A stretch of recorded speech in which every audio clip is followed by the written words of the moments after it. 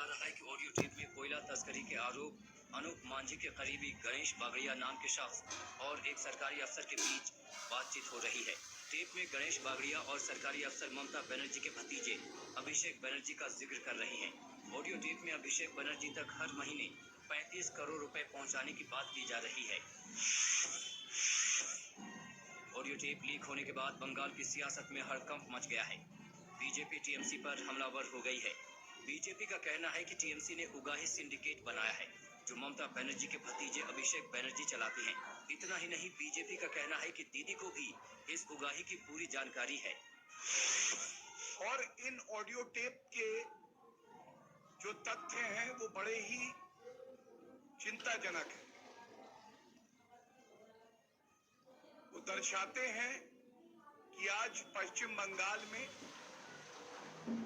ममता बनर्जी की नाक के नीचे किस तरह से भ्रष्टाचार, कटमनी, सिंडिकेट राज चल रहा है। इन ऑडियो टेप में बड़ा खुलासा ये भी हो रहा है कि एक बड़ी ही व्यवस्थित प्रणाली उगाही की वहां पे चल रही है।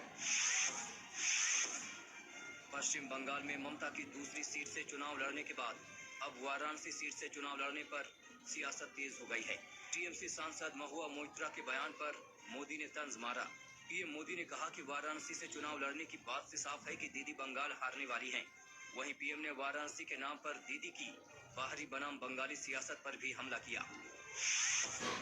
दीदी की पार्टी अब कह रही है कि दीदी अब वाराणसी से लोकसभा चुनाव लड़ेगी।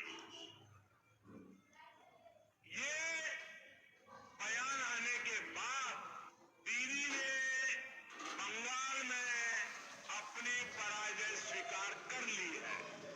अच्छा, दूसरी बात, दीदी अब बंगाल के बाहर अपने के लिए जगह तलाश करने में जुट गई है। पश्चिम बंगाल में ममता बनर्जी ने एक बार फिर अल्पसंख्यक कार्ड खेला है। ममता ने कहा कि बीजेपी ने ओवैसी और अब्बास सिद्दीकी को बंगाल में फूट डालने के लिए पैसा दिया है, तो वहीं दीदी ने मोदी और शाह की राजनीति को 1905 के बंगाल विभाजन से जोड़ने की कोशिश की। मुख्तार अंसारी की मुश्किलें लगातार बढ़ती जा रही है। बाराबंकी में मुख्तार अंसारी के एम्बुलेंस के रजिस्ट्रेशन मामले की जांच अब एसआईटी टीम करेगी। ये टीम मऊ और पंजाब जाकर पड़ताल करेगी। मुख्तार अंसारी के पास मौजूद बाराबंकी नंबर की एम्बुलेंस वापस बाराबंकी लाई जाएगी। बाराबंकी के एसपी के मुताबिक डॉक्टर अलका राय और मुख्तार अंसारी ने आपराधिक षड्यंत्र के तहत फर्जी दस्तावेजों के आधार पर एम्बुलेंस का रजिस्ट्रेशन कराया है, जिसके लिए टीम गठित कर जांच की गई है।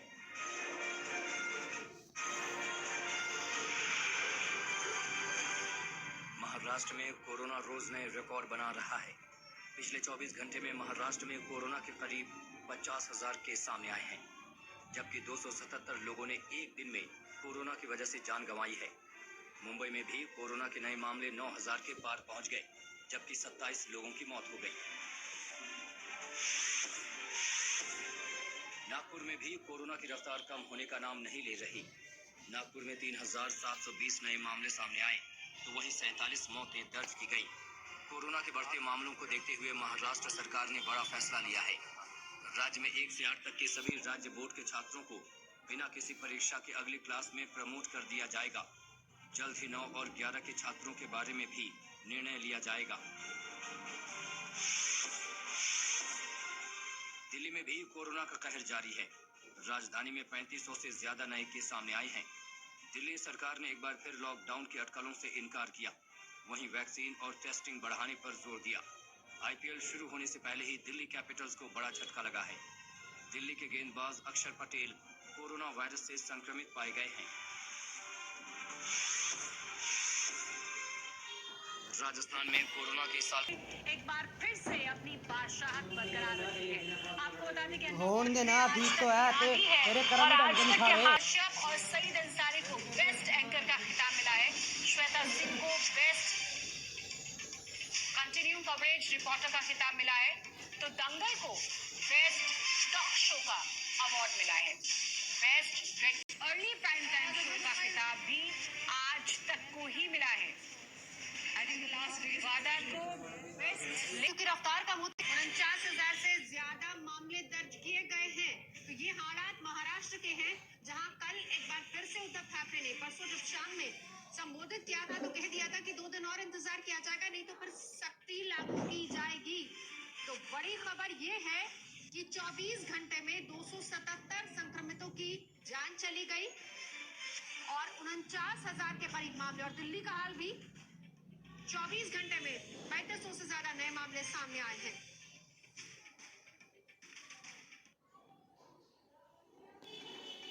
बंगाल चुनावों में अब एक और ऑडियो बम फूटा है, जिसके आधार पर बीजेपी ममता बनर्जी और उनकी सरकार पर गंभीर आरोप लगा रही है।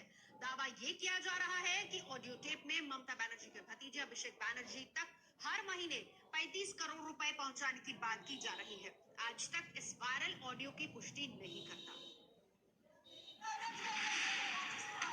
सिंडिकेट वाले कमाते हैं और जो पॉलिटिकल बॉसेस है अपना अंडरस्टैंडिंग बढ़ रहा है कोरोना, देश भर में तेजी से पैर पसार रहा है। पिछले कुछ दिनों से रोजाना कोरोना के 85,000 से ज्यादा मामले सामने आ रहे हैं, मगर लोगों की लापरवाही है कि रुकने का नाम नहीं ले रही।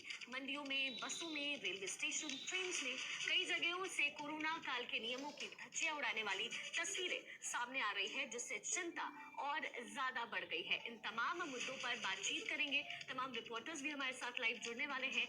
कोरोना को लेकर के, कोरोना के बढ़ते मामले को लेकर के हर तरफ अनदेखी हो रही है लगातार। कुल केस 49,447, मौत 277। ये आंकड़ा कोरोना की भयावह स्थिति का नमूना पेश कर रहा है। वहीं सड़कों पर निकली ये भीड़ इस खतरे वाली आग में घी डालने का काम कर रही है। कुछ के चेहरे पर मास्क है तो कुछ ने उसकी भी जहमत नहीं उठाई, लेकिन सोशल डिस्टेंसिंग का तो दूर दूर तक नामो निशान ही नहीं। लापरवाही का ये हाल तब है जब महाराष्ट्र में कोरोना के केस एक दिन में 50,000 का आंकड़ा छू रहे हैं। मुंबई में शनिवार को 9,090 कोरोना पॉजिटिव केस सामने आए, वहीं 27 लोगों की मौत हो गई। नागपुर में 3,720 केस सामने आए तो 47 मौत भी हुई। वहीं पुणे में कुल मामले 10,827 और 66 लोगों की मौत हो गई। कोरोना के इस बढ़ते ग्राफ को देखते हुए राज्य सरकार ने कई कदम उठाए। पुणे में अगले 7